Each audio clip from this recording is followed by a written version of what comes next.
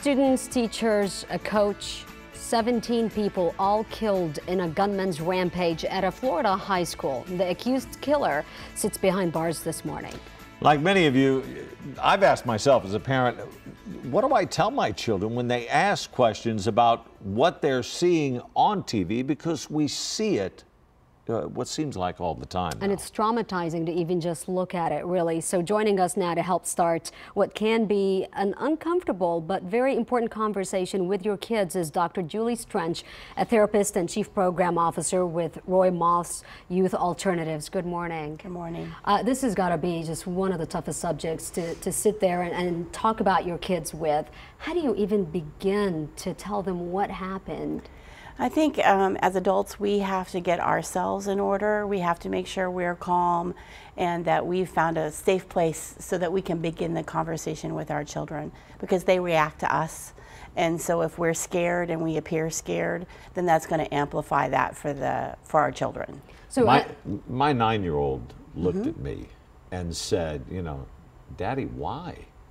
You know, how do you explain why? My answer to him was, you know, son, there's just some sick people in the world. That's a perfect answer. You know, that there are some bad people, some sick people, but not everybody is bad and not everybody is sick. And so seek out the safe people in your school, in your community, and when you're feeling scared, go to them and they'll help you. Mr. Rogers says, look for the helpers, and teach our kids how to look for the helpers. And so I think that's the best thing we can tell our young ones.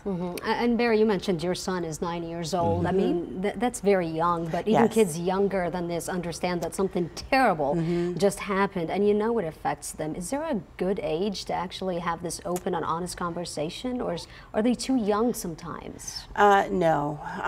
You know, with Facebook and social media, kids are just finding out. So the best thing is to have the conversation. Developmentally, think about how young they are, how old they are. So limit details, limit television where they can get kind of some of the sensationalized details. With kids though, remember, like the little ones, that they're going to ask questions repeatedly. So we need to work on not getting frustrated and just calmly tell them the answer, that they're safe and it's okay to ask questions. But it's not just trying to explain what happened and that there's bad people in the world. For me, it's a point of how do I know it doesn't shake their confidence when I open that door and they get out and go into that school, that they feel safe, they feel comfortable, they're knowing, or at least thinking nothing is going to happen. I think the best thing to do is the attachment building with the safe people. That's what helps them feel safe, have routines, keep safe routines with them. The more that we do the same things every day, the more that they feel like it's less likely it's going to happen to them. And then we also have to be realistic. We have to teach our kids, if something feels or looks wrong at school, come talk to me, come let me know what's going on. And mom and dad will do the good part of talking to the school and making sure that safe things happen. Opening up is key. Letting them know that you can talk to somebody, even if you notice that a friend is acting a little differently. It's better to say something than not. Exactly. And if kids are really worried and they can't let it go, then maybe it's time to go to counseling and let's talk about it and find tools and ways for them to be safe.